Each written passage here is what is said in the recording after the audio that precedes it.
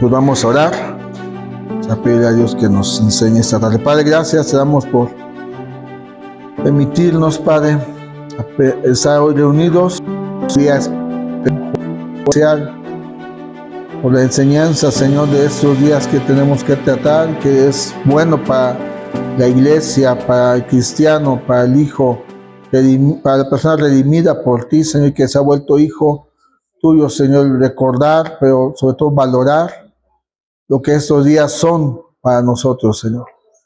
Te pido de la gracia tuya para poder compartir esta reflexión, esta enseñanza, y no solamente que el que esté, ya sea aquí oyendo o el que pueda ver video por curiosidad, no sea eso, sino que de verdad, Señor, por medio de lo que podemos compartir, tu palabra, que es como espada, penetra hasta lo más profundo del corazón, del alma, de los pensamientos de cada uno de nosotros, y nos ayuda a vivirla día a día en el nombre de Jesús.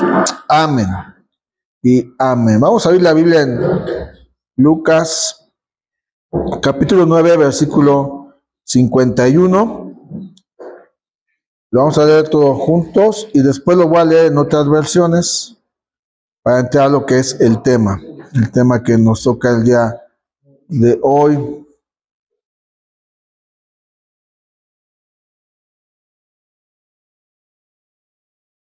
Lucas capítulo 9, versículo 51. Y en esta ocasión vamos a tocar una primera parte de lo que es seguir a Jesús. Algunas cosas vamos a verlas hoy, otras el domingo. Vamos a verlas para entender lo que son estos días, que no solamente se trata de decir que es Semana Santa, pero sin entender que es Semana Santa. Entonces dice Lucas 9:51, cuando se cumplió el tiempo en el que había de ser recibido arriba, afirmó su rostro para ir a Jerusalén. Vamos a verlo juntos. 1, 2, 3. Pues se cumplió el tiempo.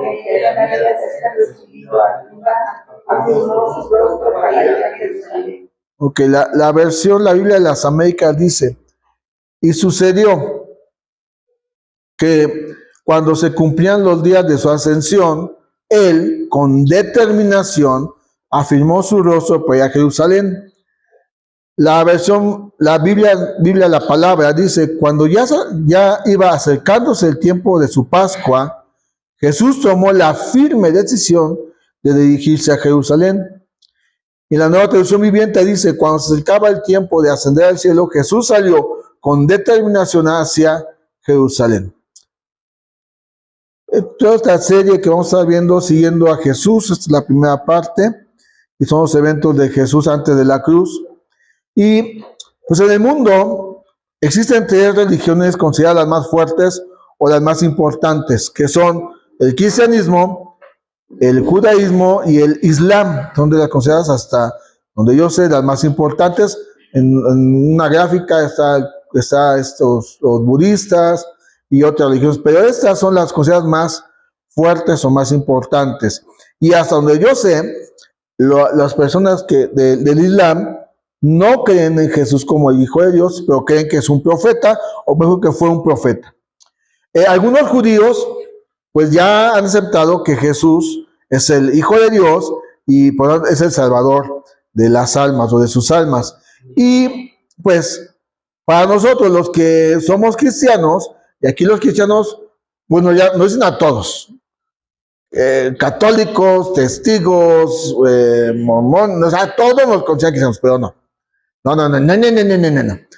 Los que hemos reconocido nuestra condición de pecado, hemos reconocido que necesitamos un Salvador y que pedimos perdón por nuestros pecados y que reconocemos a Jesús como el Señor y el suficiente Salvador de nuestras vidas, entonces esos somos los cristianos. Vamos a ser los evangélicos, vamos a ser los pentecostales, pero estos somos los cristianos. Ahora, de cada una de estas pues salen otras corrientes que no son sana doctrina, pero eso es otra cosa. Ese es otro tema. Ahora, la semana pasada, que es a partir del domingo, empezaron muchas iglesias, y yo no sé si usted a través del programa de radio, el hermano Job hablaba de lo que se hacía antes, en sus tiempos, en las iglesias, en estos días.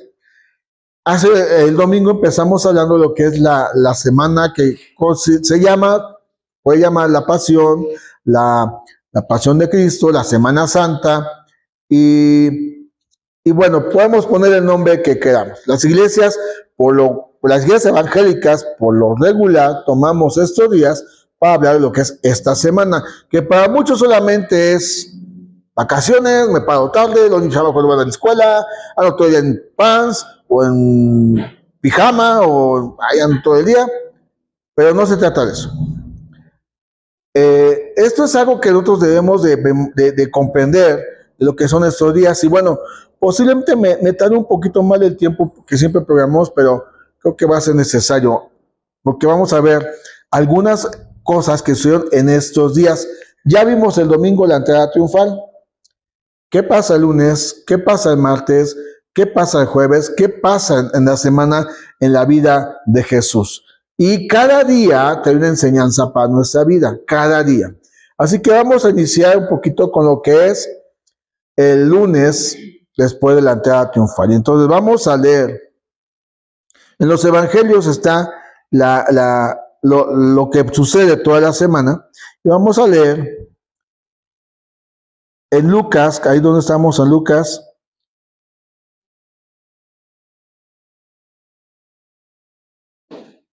Vamos a ver Lucas capítulo 19, versículo 45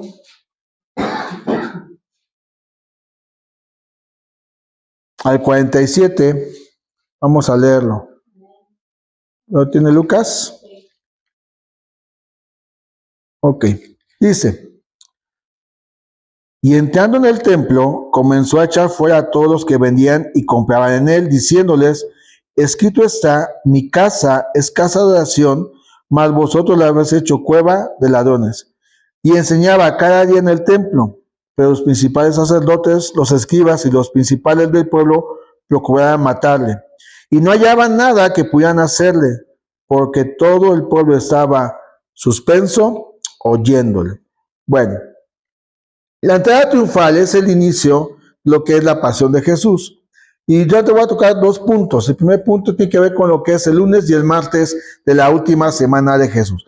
Ya Jesús entra a la ciudad, ya la gente le victorea, ya se colocaron las ramas, se colocaron los mantos, que yo para él, este pobre burro no sabía quién llevaba encima, y él llevaba a Jesús. Y cuando ya según Marcos 11:11, cuando él entra y entra en esa entrada triunfal, dice Marcos 11:11 que cuando él entró en Jerusalén y en el templo, y habiendo mirado alrededor todas las cosas, como ya anochecía, se fue a Betania con los 12. Y entonces entramos a lo que pasa el día lunes.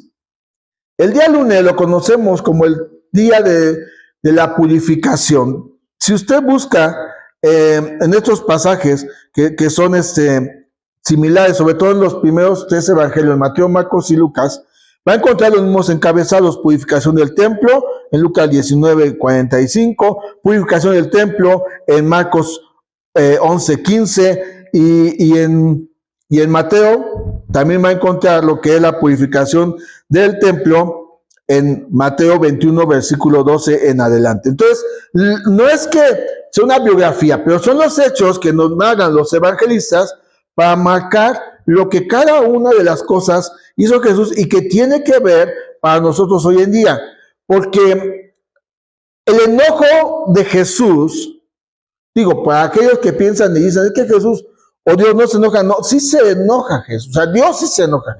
Dios está airado en contra del pecado, Dios está airado en contra del que practica el pecado, Él está airado. No es la ira del día final, no es esa ira, pero está enojado. Y cuando Él ve que lo que en el Éxodo, con el tabernáculo, lo que Él ve, cuando Jesús, lo que fue el templo de Salomón, que después fue destruido, y se levanta otro templo que levanta Herodes el Grande para calmar las aguas con los judíos, Él ve que ya no era la misma pasión. Él ve que ya lo que era santo o llamado a ser santo ya era solamente un mercado. Ya solamente era ir por ir, leer por leer, orar por orar, pero ya no era el de verdad agradecerle a Dios por sus muchas bendiciones que Él había dado y que sigue dando. Por eso Él se enoja. Y cuando Él se enojó, ahí donde lo va a leer, o sea, note, voy a leer las mismas citas, pero en otros evangelios. Cuando vamos a leerlo en Marcos 11, lo que es la purificación del templo, dice, vinieron pues a Jerusalén y entrando Jesús en el templo, comenzó a echar fuera a los que vendían y compraban en el templo y volcó las mesas de los cambistas y las sillas de los que vendían palomas y no consentía que nadie atravesase el templo llevando utensilio alguno. Y les enseñaba diciendo, no está escrito, mi casa será llamada casa de oración para todas las naciones, mas vosotros la habéis hecho cueva de ladrones.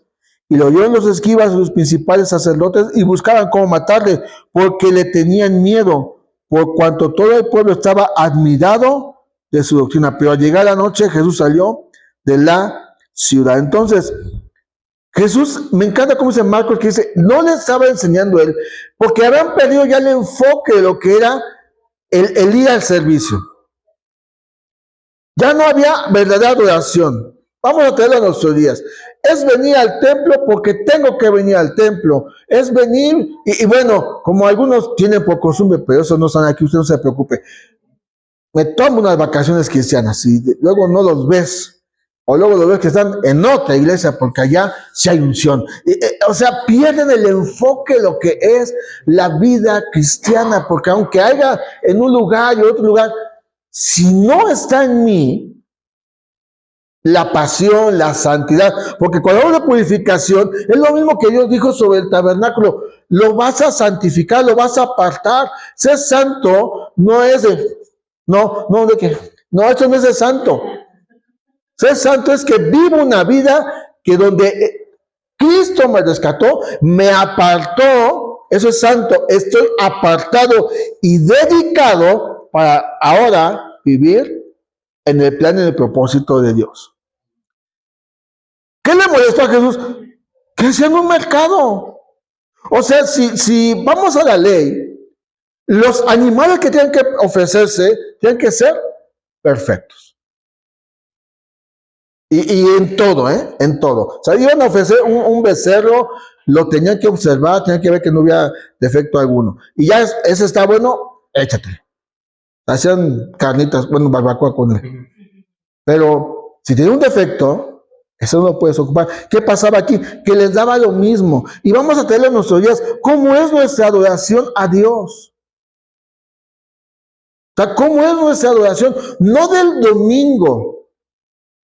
Porque Dios es Dios, perdónenme la expresión, 24/7, ¿verdad? Y si Dios es 24/7 Dios, Él es santo 24/7. Él es puro 24/7. ¿Cómo es nuestra adoración a Dios? Entendido que Él ya nos rescató de la inmundicia, de la oscuridad, de donde quiera que Dios haya tenido misericordia y nos haya sacado de ahí, haga como en nuestra vida. Porque aquí podemos decir, bueno, yo no me pierdo ni un domingo, pero ¿cómo es mi adoración allá? Es como ese meme, ¿no? El hermano en el templo y el hermano en casa. Así como algunos que me han contado, no se preocupe, usted no es de eso, ¿verdad? Eso viene el domingo, usted no se preocupe. Si en nosotros, durante la semana, no conectamos con Dios, ¿cómo es nuestra adoración el día que venimos a casa? O sea, yo entiendo que puede haber de matrimonio algún que saquen chispas, ¿no? Mi esposa ahorita tiene un espíritu medio peleonero. Me echo la culpa a mí, yo le eché la culpa a ella y ahí, bueno. Pero yo no puedo llegar el domingo con el pleito de lunes, hasta hablamos de lunes, Toda la semana me la pasé de película el domingo diciendo, ay, Señor, qué bueno es esto. O sea, vinimos con mucha chuletona, mucha chuleta, mucha carne. Digo, yo sí, de verdad, digo, híjole, no sé si les pasa, pero no hay tacos. Ay, Señor, ¿cómo que no hay tacos? ¿Cómo que no hay tacos? Y hoy que se me antojan más los tacos, ¿sí o no? Hasta a los vegetarianos se les antojan los tacos de carne en Semana Santa. No comemos carne, ¿verdad? O sea, muchos dicen, no hay que comer carne, pero ¿qué tal comes carne del vecino? Del hijo, del patrón, de la esposa, del padre, del hermano de la iglesia. ¿Qué tanta carne comes? Vamos a comer carne, pero ¿qué tal somos? Mire, la carnalidad, o sea, lo que vemos aquí, lo que yo puedo ver, es que la gente ha perdido esa pureza de ofrecer el sacrificio a Dios. Les daba lo mismo. Si la paloma estaba con el ala rota o si el becerro tenía la pata torcida, les daba lo mismo. Por eso Jesús se enojó. Y me parece que fue hace 8 días acuérdenme, nosotros hoy somos el templo del Espíritu Santo. Hoy quien debe de gobernar es el Espíritu Santo y no la carne. Ahora, acompáñame a Gálatas. A Gálatas capítulo número 5. Que váyaselo aprendiendo porque es unos pasajes que nos vamos a aprender en esta serie que estamos tomando de memorizar versículos. Gálatas 5, versículos del 16 hasta el 21.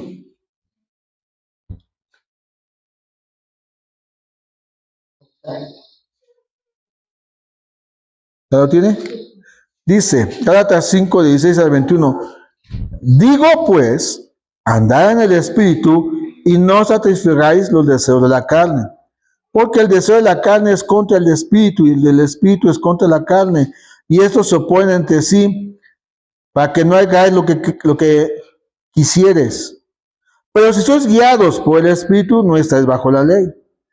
Y dice, y manifiestas son las obras de la carne, que son, a ver, ayúdeme usted. Luego, y luego, y luego, ¿y qué sigue? ¿Y qué más? Iras, contiendas, disensiones, herejías, envidias, homicidios, borracheras, cosas semejantes. ¿Qué dice?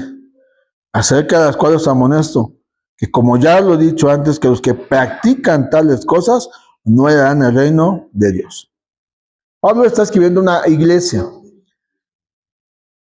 Los que practican, o sea, ¿puede haber un enojo? Sí, pero no tiene que haber ira. ¿Puede haber un malentendido, un punto de vista que no estemos? Sí, no quiere decir que eso se vuelva un pleito, una contienda o una enemistad. Y lo demás, ¿no? Que son envidias, que son deseos de la carne. Y Pablo dice que los que practican tales cosas no eran el reino de Dios. Y lo que dominaba en los tiempos de Jesús era muchas de esas cosas. Por eso Jesús los confrontaba. Por eso Jesús les decía la verdad y por eso muchos, principalmente los líderes religiosos, querían darle cuello. Pero mencionamos el domingo, que Jesús fue a la cruz no fue un accidente, fue un propósito. Leímos, él con determinación dijo, yo tengo que ir a Jerusalén. Ahí, y es que él lo dijo 3 veces, ahí el Hijo del Hombre va a ser juzgado, va a ser golpeado, va a ser asustado y va a ser crucificado. Él lo dijo. Y entonces desde la entrada triunfal, él empieza a poner orden. ¿Saben que muchos cristianos les cuesta vivir el evangelio? Porque el Dios de la Biblia, no el Dios del internet, el Dios de la Biblia es un Dios de orden. Es un Dios santo. Es bondadoso, es bueno, es amor, pero es fuerte y celoso. Y cuando tú dices, ay, es que yo soy un poco celoso. Bueno, yo celo a mi esposa cuando, oye, porque otro amigo del pueblo. O sea, pero no es eso. ¿Y por qué no, esos celos, esas relaciones tóxicas son dañinas. Pero me enojo, me dice, ¿por qué está espíritu de pleito? Digo, no, estoy controlando, pero sí me puedo enojar, pero no debo de, como ese de intensamente, ¿verdad? Ándale, como ese, tiene un fuego, ¿no? ¿Ha visto esa película de intensamente? El rojito cómo se prende. Y así hay muchos cristianos. Así hay muchos. Aquí no, de eso viene el domingo, no se preocupe. ¿Cómo es nuestra adoración si durante toda la semana andamos de chuletas? ¿Qué clase de adoración venimos a entregarle a Él? Nuestra adoración, y Jesús dijo, el Padre está buscando tales adoradores. No cualquiera, no cualquiera que se sube a cantar, no cualquiera que no está hablando de eso, porque músicos hay muchos, cantantes hay muchos. Los verdaderos adoradores son aquellos que durante los 7 días están conectados con Dios. No quiere decir que me tengo que parar a 1 hora para orar, no se trata de eso. Se trata de que yo estoy conectado con Dios y dejo que el Espíritu Santo me ayude a dominar el carácter que a veces se levanta. Porque si no, ¿qué clase de adoración presento? Y miren, un ejemplo está en el libro de Números. Del fuego extraño que podemos presentar nosotros con una adoración falsa. Números, capítulo 3. ¿Cuál es del versículo 1 hasta el 4?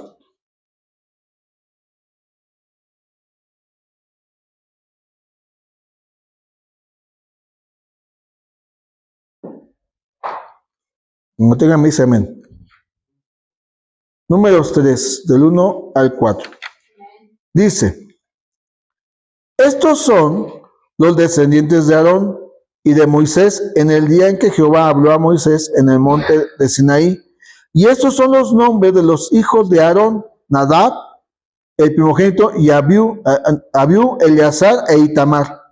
Estos son los nombres de los hijos de Aarón, sacerdotes ungidos. Ya conmigo, sacerdotes ungidos, a los cuales consagró para ejercer el sacerdocio. Pero Nadab y Abiú murieron delante de Jehová cuando ofrecieron fuego extraño delante de Jehová en el desierto de Sinaí, y no tuvieron hijos. Y Eleazar e Itamar ejercieron el sacerdocio delante de Aarón su padre. Esta historia de Nadab y Abiú usted la encuentra en Levítico 10, que habla del pecado de Nadab y Abiú. Ahora usted dice, bueno, pasó, eso es el Antiguo Testamento. En la ley, hoy estamos bajo la gracia de Dios. Bueno, acompáñenme a Hechos, capítulo 5. Hechos, capítulo 5,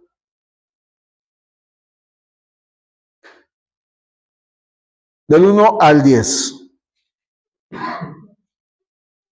Dice, en el contexto es como los creyentes estaban, como en la fe, los cristianos estaban creciendo, como todos daban de su corazón. Pues tengo aquí para la iglesia, tengo aquí para un tabique, tengo aquí para una lona. O sea, nacía de su corazón. Un hombre llamado Bernabé dio una heredad, la regaló a la iglesia. Pero dice el 5 así: pero cierto hombre llamado Ananías, con Zafira su mujer, vendió una heredad y sustrajo del precio, sabiéndolo también su mujer, y trayendo solo una parte, la puso a los pies de los apóstoles. Y dijo Pedro: Ananías, ¿por qué llenó Satanás? ¿Quién lo llenó? Tu corazón, para que mintieses al Espíritu Santo y sustrajeses del precio de la heredad, reteniéndola, ¿no se te quedaba a ti? Y vendida, ¿no está en tu poder? ¿Por qué pusiste esto en tu corazón? No has mentido a los hombres, sino a Dios.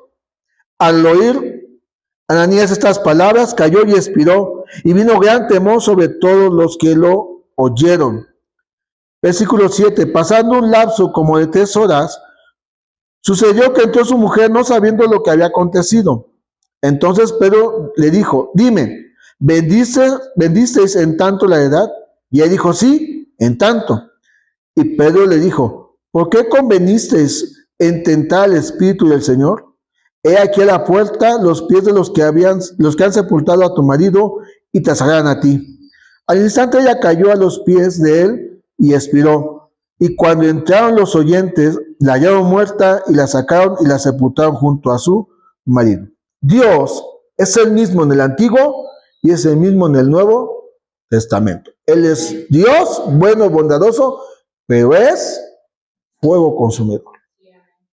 Y en estos dos pasajes nos ayudan a entender que lo que Dios está esperando no es una semana donde tengamos tantos servicios como se hacía antes, que es bueno, yo digo, y bendigo a las iglesias que lo hacen. Toda la semana tienen servicios en estos días, eso es bueno. ¿Y de qué me sirve si el lunes que viene, porque si o no, me voy a meter un poquito del domingo, sí o no, mañana es viernes, el sábado, por lo regular el sábado, te ponen Jesús de Nazaret, los 10 mandamientos, Ben-Hur, y el domingo rematan con la Pasión. Vamos a poner de 5 a 8 la película Pasión, y de 8 a 10 Rápidos y Furiosos. ¿Sí o no? Le ponen puras películas, pero termina el bloque santo. ¿Y dónde están las rubias? Rápidos y Furiosos 25. Armagedón. Y muchos que viven así, solamente estos días me consagro. Pero Dios no espera una semana, no espera un mes, espera una vida santa y que nuestra adoración sea Él, no un fuego extraño, sino una acción de corazón, de sinceridad, de agradecimiento por cada día que Él hasta hoy en día nos permite vivir. A veces con soles o con el sol y a veces con la lluvia. A Dios sea la gloria porque Él lo permite. Entonces ya vimos lo que pasa el lunes. El lunes Jesús hace su purificación del templo y nos tiene que purificar. Y Dios quiere seguirnos purificando todos los días. Por eso dejó al Espíritu Santo, para ayudarnos a vivir en santidad. Ahora vamos al martes. El martes. Vamos a leer Mateo. ¿Qué pasó el día martes?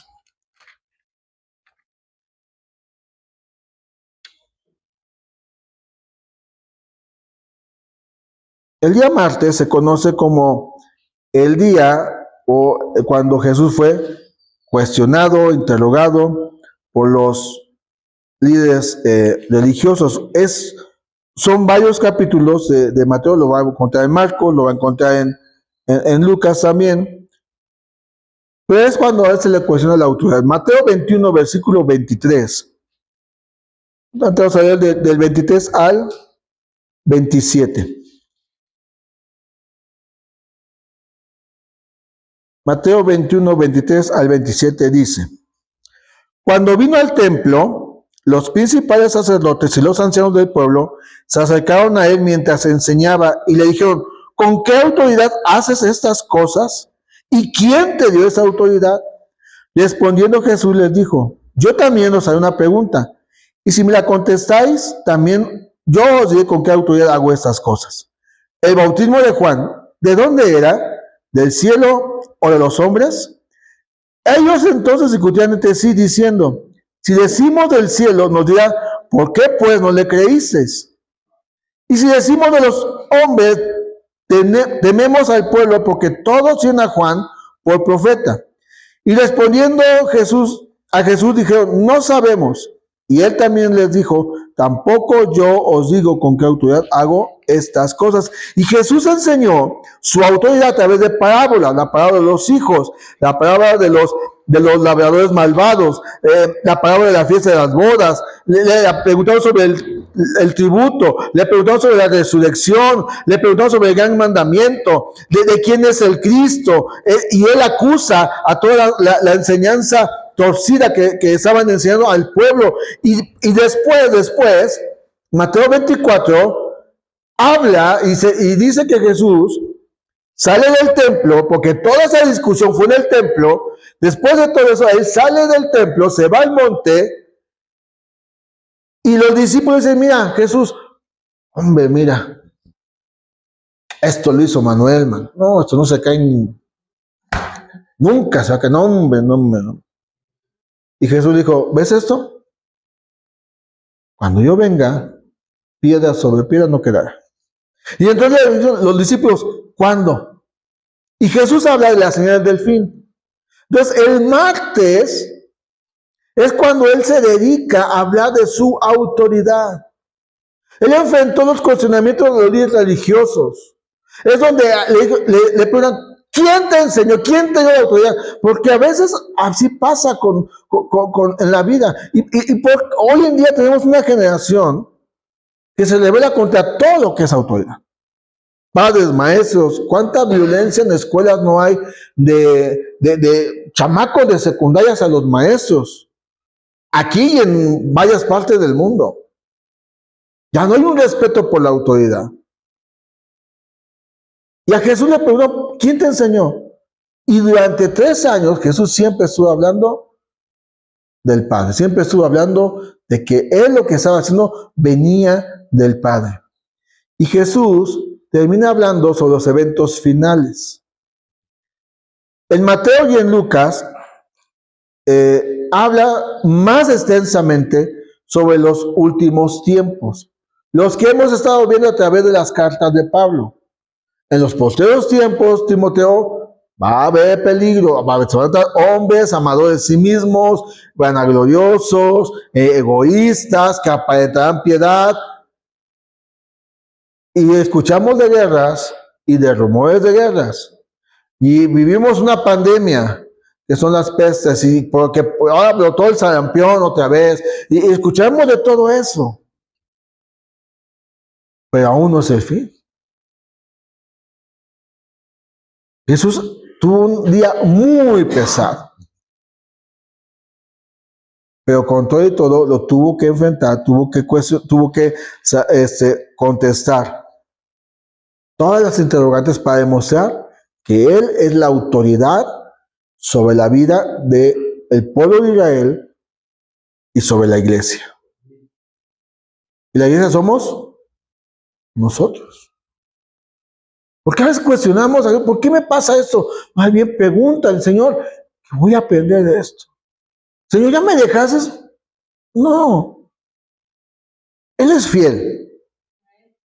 Pero si tiene que tocar fibras sensibles de nuestro corazón, lo va a hacer para llevarnos a la santidad, a la pureza, acercarnos a Él nuevamente para vivir bajo su autoridad. Y cuando estamos bajo la autoridad de Jesús, Él dijo, y lo que vamos a ver el domingo, separado de mí, nada puedes hacer.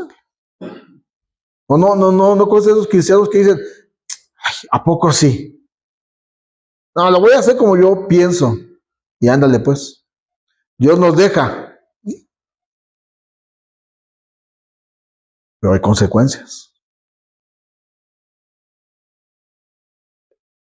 Pues yo creo que hay que hacerlo así. Y no consultamos. ¿Quién es su autoridad? Debe de ser Dios. Debe de ser Jesús. Pero hoy estamos en medio de una generación que no sabe respetar la autoridad, incluyendo en la iglesia. El paz es bien buena onda. Y cuando el paz tiene que corregir, me voy para allá con mi bote. ¿Qué es de pastor? Y ahí andan como chapulines. Del tingo al tango. Porque no quieren someterse a la autoridad. Y entonces así terminan estos 2 días. El miércoles, los teólogos dicen que no hubo un evento. O sea, Jesús no hizo más que ir a hacer un tiempo de descanso con sus discípulos. No sé si descanso esté bien el término, pero se apartó con sus discípulos. No hay nada registrado entre martes y jueves, no hay nada registrado. Y es así como llegamos al día jueves, a este día. Y vamos a leer en Juan capítulo 13.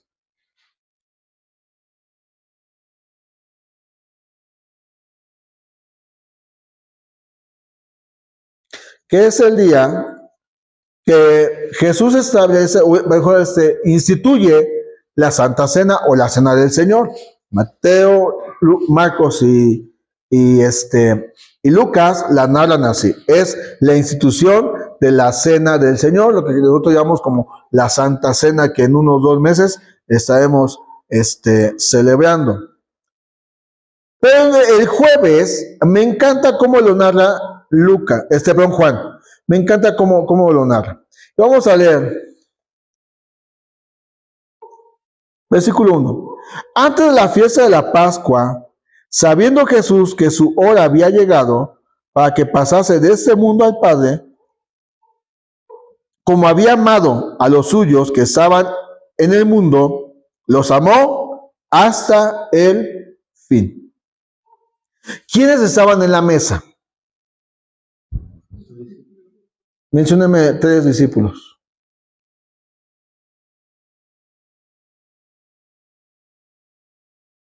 Judas, Pedro, Tomás. Un traicionero, uno que lo negó y un incrédulo. Y dice la Biblia que Jesús los amó hasta el fin, incluyendo a Judas.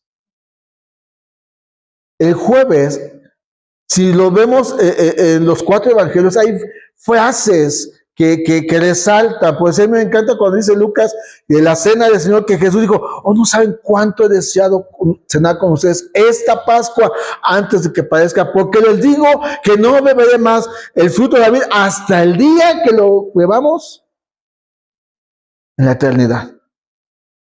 Fue su última cena. Y como a los pesos, yo he visto películas, ¿no? ¿Cuál es tu última voluntad? ¿Qué quieres cenar? No, pues una ayuda, ¿no? O un cóctel de camarón, yo qué sé, ¿no? Que Jesús no le interesaba lo que con quién iba a estar. Y tristemente muchos cristianos desvaloran la Santa Cena. Casualmente enseñan: no puedo. Tengo que te haga. Digo, yo sé que de repente nos agarran. Una vez me tocó, bueno, no me tocó. Por cuestiones del destino, no estuve en una Santa Cena hace muchos años. Andaba por Toluca, no sé por qué andaba por Toluca, pero andaba en Toluca. Y no estuve en una Santa Cena. Entonces, pues, oye, no te vi. ¿Qué le digo? ¿Le miento o le digo la verdad? Que me invitaron a Toluca a un evento de jóvenes. Pues no. ¿Qué te dice que a veces valoramos lo que Dios nos permite recordar? Porque la Santa Cena es eso: recordar su muerte expiatoria, recordar su amor mostrado en una cruz, recordar que sin llevar una corona como la que acusaban los reyes, Él es el rey y le puso una corona que nos habla del dolor, del sufrimiento, de cómo su amor, porque el amor es darse. Y Jesús en esa última cena dijo: cuántas ganas he tenido de esta cena con ustedes. Y aquí en Juan dice que los amó hasta el fin. Y estaba uno que lo iba a traicionar. De hecho dice el versículo 2, y cuando cenaban, como el diablo ya había puesto en el corazón de Judas. Esto no fue de la noche a la mañana, fue a través del caminar. Y qué triste es que ve a Judas caminando con Jesús, escuchando sus enseñanzas, viendo estar a Lázaro, viendo sanar a la mujer de flujo de sangre, escuchando y teniendo la autoridad para que él fuera a echar fuera demonios. Qué triste es que permitió que el diablo se metiera a su vida. Todo por unas 30 monedas de plata. Precio de esclavo. No era un gran precio, era el precio de un esclavo. Y muchos de nosotros hemos tomado esto como: no importa, ya habrá otra ocasión. Pues es un jugo, pero ¿sabe lo que representa? Que fue su carne. fue partida, fue despedazada. De hecho, pasa que el Mateo cuando dice que él toma el pan y lo parte. Y fue molido por los dientes de los que lo estaban comiendo ese pan. Ese pan era Cristo. No estoy hablando de que, como dice la iglesia popular, que el cuerpo se mete en la hostia. No, no estoy hablando de eso. Era el cuerpo que iba a ser molido por nuestros pecados. Y Jesús dice, ¿cuánto he deseado cenar contigo? ¿Cuánto he deseado hoy sentarme a la mesa contigo? Pedro, Tomás, Jacob, ¿cuánto he deseado esto? Y estando en la mesa, el diablo aprovechó lo que a veces aprovechan nosotros.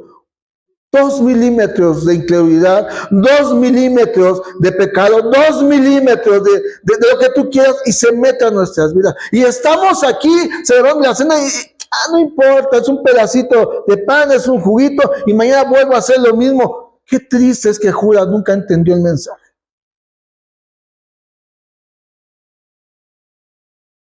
Aún con todo y todo eso, dice que estaban cenando.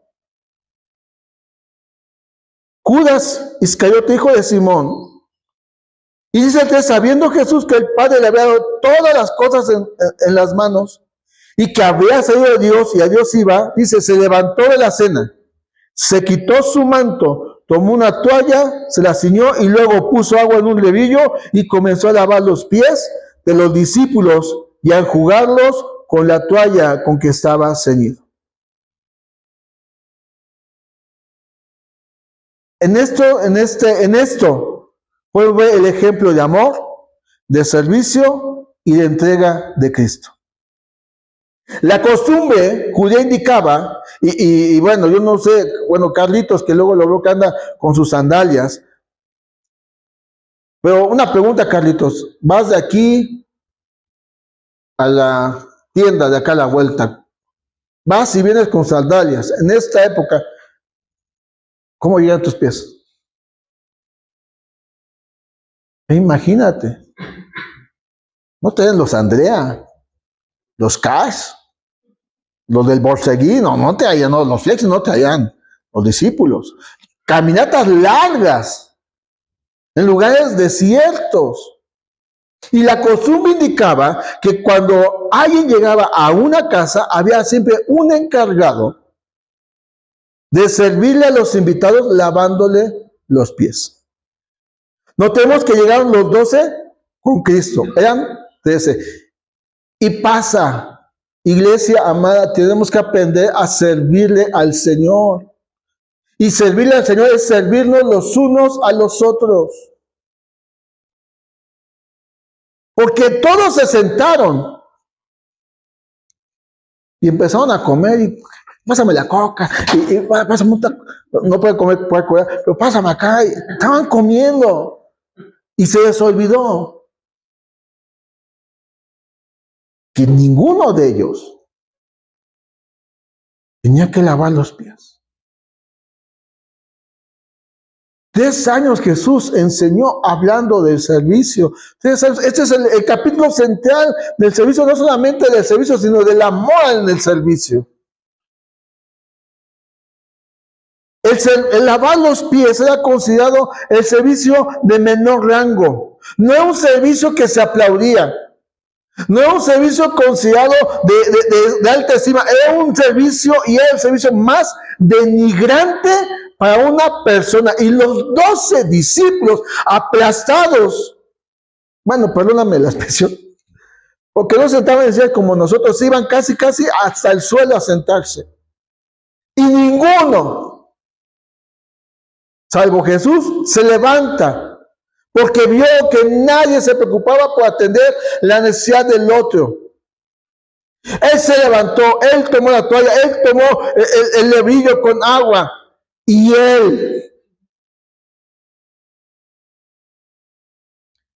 el alfa y la omega, el rey de reyes, se humilló, se inclinó Porque no es como tú y yo nos sentamos. Los judíos se dan casi a ras del suelo. Y él se tuvo que postrarse más para lavar los pies, incluyendo de aquel que lo iba a traicionar, incluyendo a aquel que lo iba a negar, incluyendo a aquel que iba a tener dudas de su resurrección. Él hizo el servicio más indignante para enseñarnos lo que es de verdad servirle al Señor. No se trata de aplausos, no se trata de oye, qué bien lo hiciste. No, se trata, nos gusta y en cierta manera es bueno. Él se humilló. Y lo hizo porque dice al final del primer versículo del capítulo 13, por amor, porque los amó hasta el fin. Eso es lo que le está enseñando. Pero le dice, no me laves. ¿Por qué me lavas? Y le dice, lo que yo hago tú no lo entiendes ahorita. Pero lo entenderás después. Pero le dice en el 8, no me lavarás los pies jamás. Jesús le respondió, si no te lavas no tendrás parte conmigo. Le dijo Simón Pedro, Señor, no solo mis pies, sino también las manos, la cabeza. Jesús le dijo, el que está lavado no necesita sino lavarse los pies, pues está todo limpio y vosotros limpios estáis, aunque no todos. Escucha, iglesia, nuestro servicio tiene que ser un servicio de excelencia, pasión. No tenemos localmente hablando lo que tienen otras iglesias. No lo tenemos y no debería de ser el objetivo. Nuestro objetivo es servirle a Él, pero ¿cómo trato a mi prójimo? ¿Cómo trato a mi hermano? ¿Cómo trato a aquel? Bueno, es un ejemplo. A esa chamaca berrinchuda, ¿cómo la trato? ¿Cómo me comporto?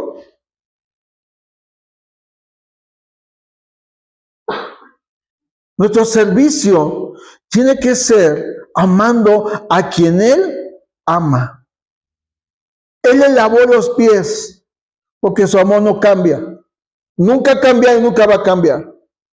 Él sabía quién lo negaría, Él sabía quién lo entregaría, Él sabía quién dudaría. Pero nuestro servicio tiene que ser en amor, porque Jesús los ama a todos.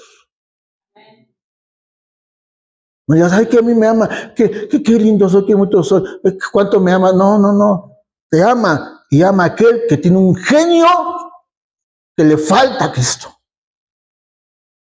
Te ama a ti a pesar de tu carácter, de tu temperamento, y ama a aquel que siempre se la pasa quejándose. Es lo que enseña esto.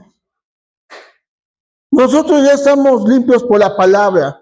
Jesús dijo en su oración, porque aquí, en esta escena, que se va extendiendo hasta el capítulo 17, porque Juan narra esta intimidad de Jesús con sus discípulos, les anuncia la traición de Judas, les habla de un nuevo mandamiento, Él les habla que Él es el camino, la verdad y la vida, les dice que hay una promesa de parte de Él, voy a la cruz, pero voy a resucitar, voy a ascender al cielo y un día voy a volver por ustedes porque les estoy haciendo una morada eterna. Él les invita a mantenerse firmes, pegados a Jesús, nos invita a seguir firmes en la fe, porque separado de nada podemos hacer. Nos exhorta, nos da aviso de que el mundo nos va a aborrecer, pero no nos va a dejar solos, nos va a dejar el Espíritu Santo que nos va a ayudar a vencer todo problema. Esa es la intimidad de Jesús, y en esa intimidad Él ora,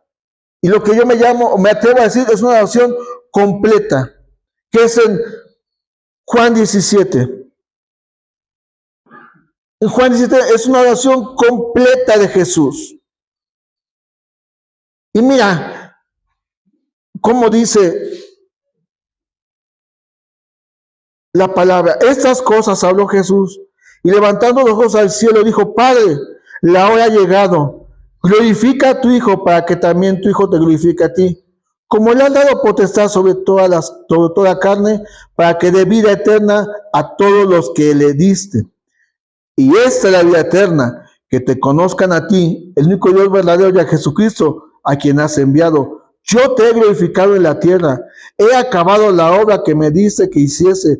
Ahora pues, Padre, glorifícame al lado tuyo, con aquella gloria que tuve contigo antes que el mundo fuese. He manifestado tu nombre a los hombres que del mundo me diste. Tuyos eran y me lo diste y han guardado tu palabra.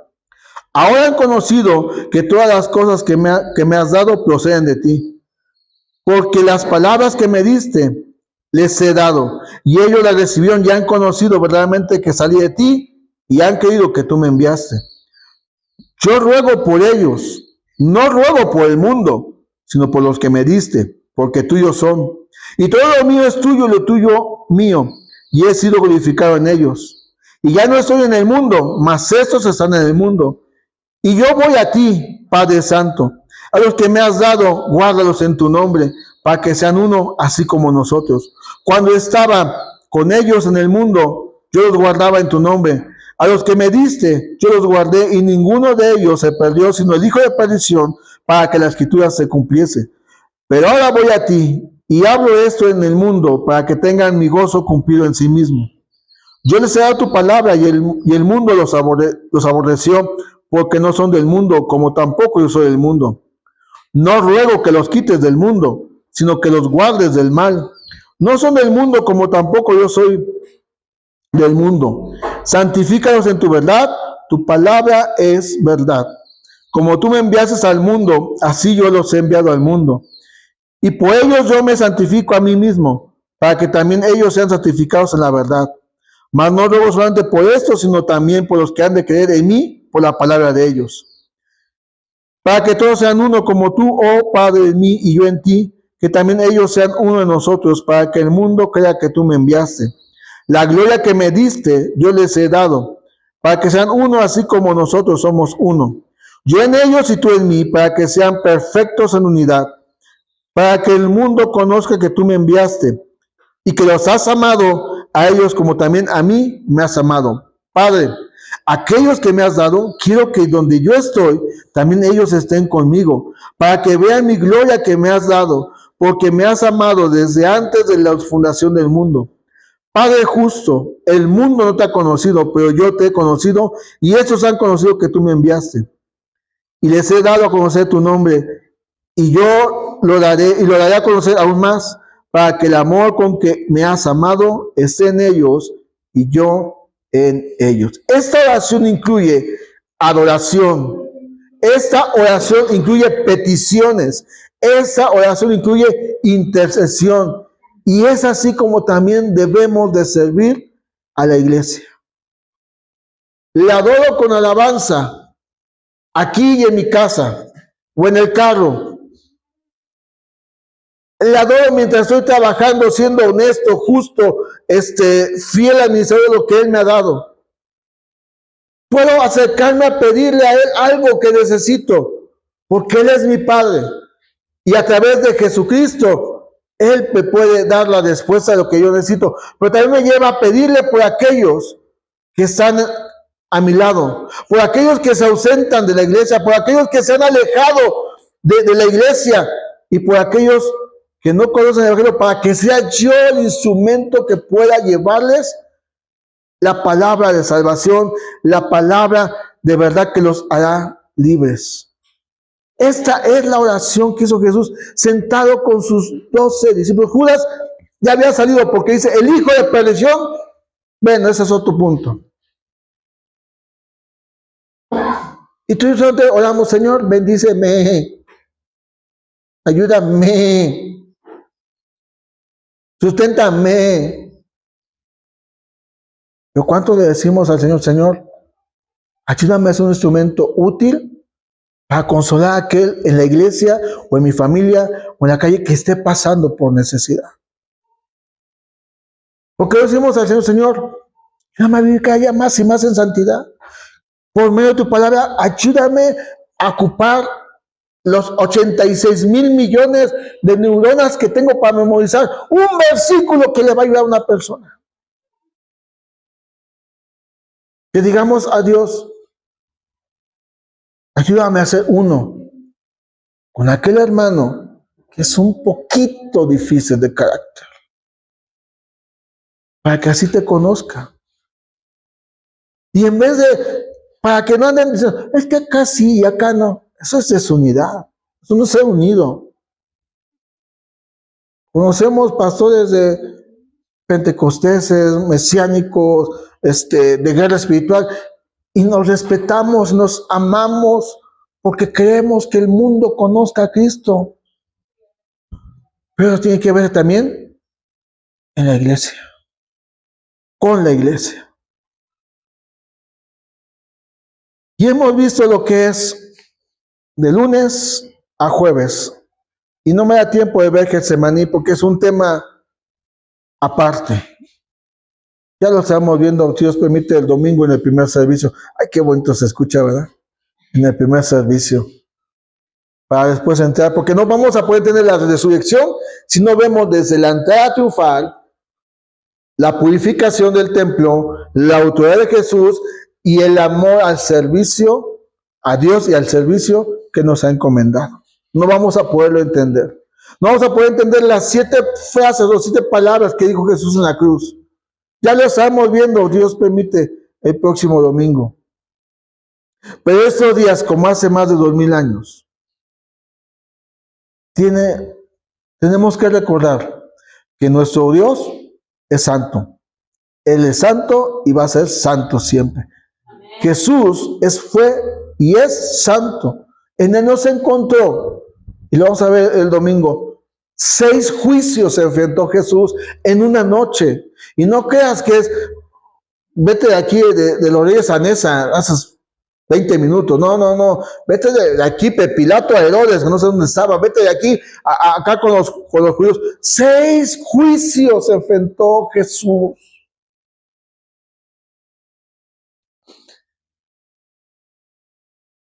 Y él enmudeció.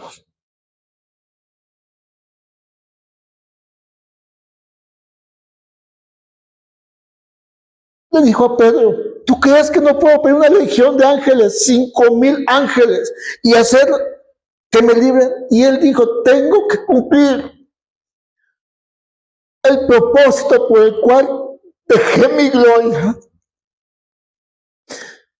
Me hice como uno de ustedes. Y tengo determinado en mi corazón ir a Jerusalén a enfrentar todo esto, a ser enjuiciado, llevar un madero por 1 kilómetro, 1,5 kilómetros, para darte salvación. Dime si no es la muestra más grande de amor.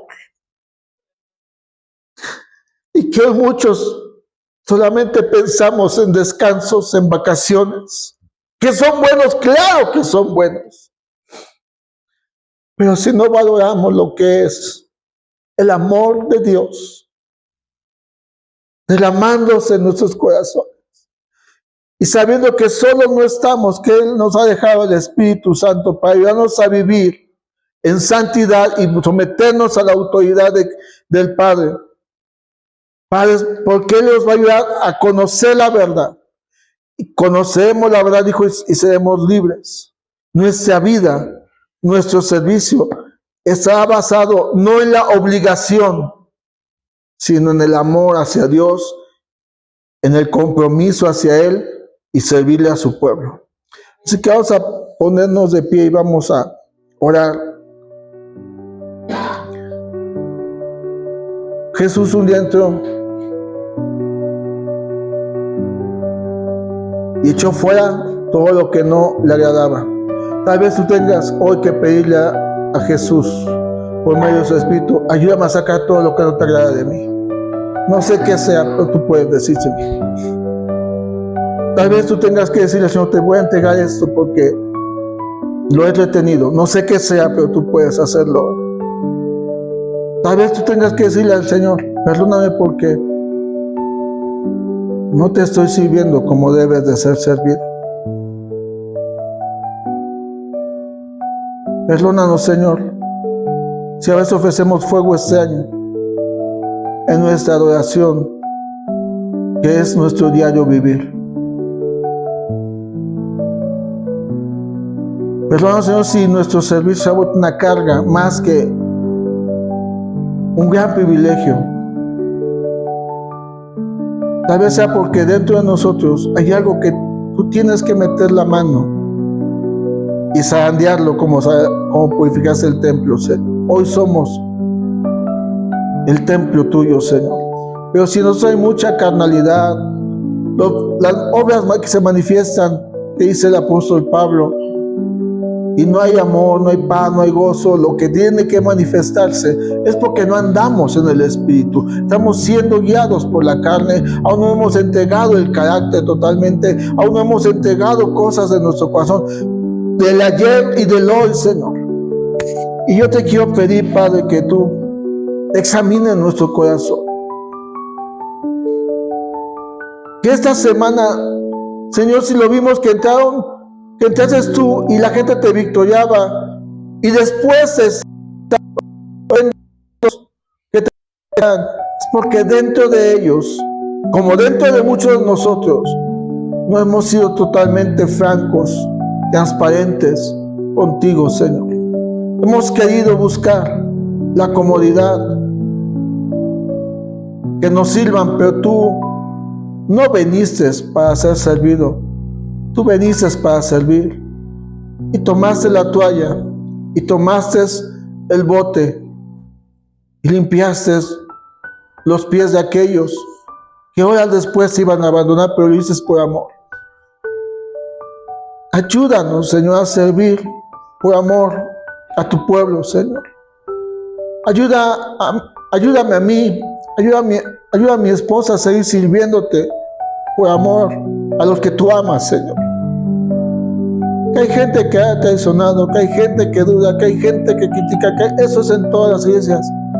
Pero ayúdanos a servirte, sirviéndole a tu pueblo, Señor, a tus hijos, Padre, con gozo, con amor, con prontitud, Padre, en lo que podamos, Señor. Ayúdanos, oh Dios, a ser uno. Ayúdanos a ser uno, como tú y el Padre son uno. Como tú, el Padre y el Espíritu Santo son uno. Así, ayúdanos a ser uno, Señor. En compromiso, en amor, en perdonarnos, en animarnos, en exhortarnos cuando estamos mal. Ayúdanos, Señor.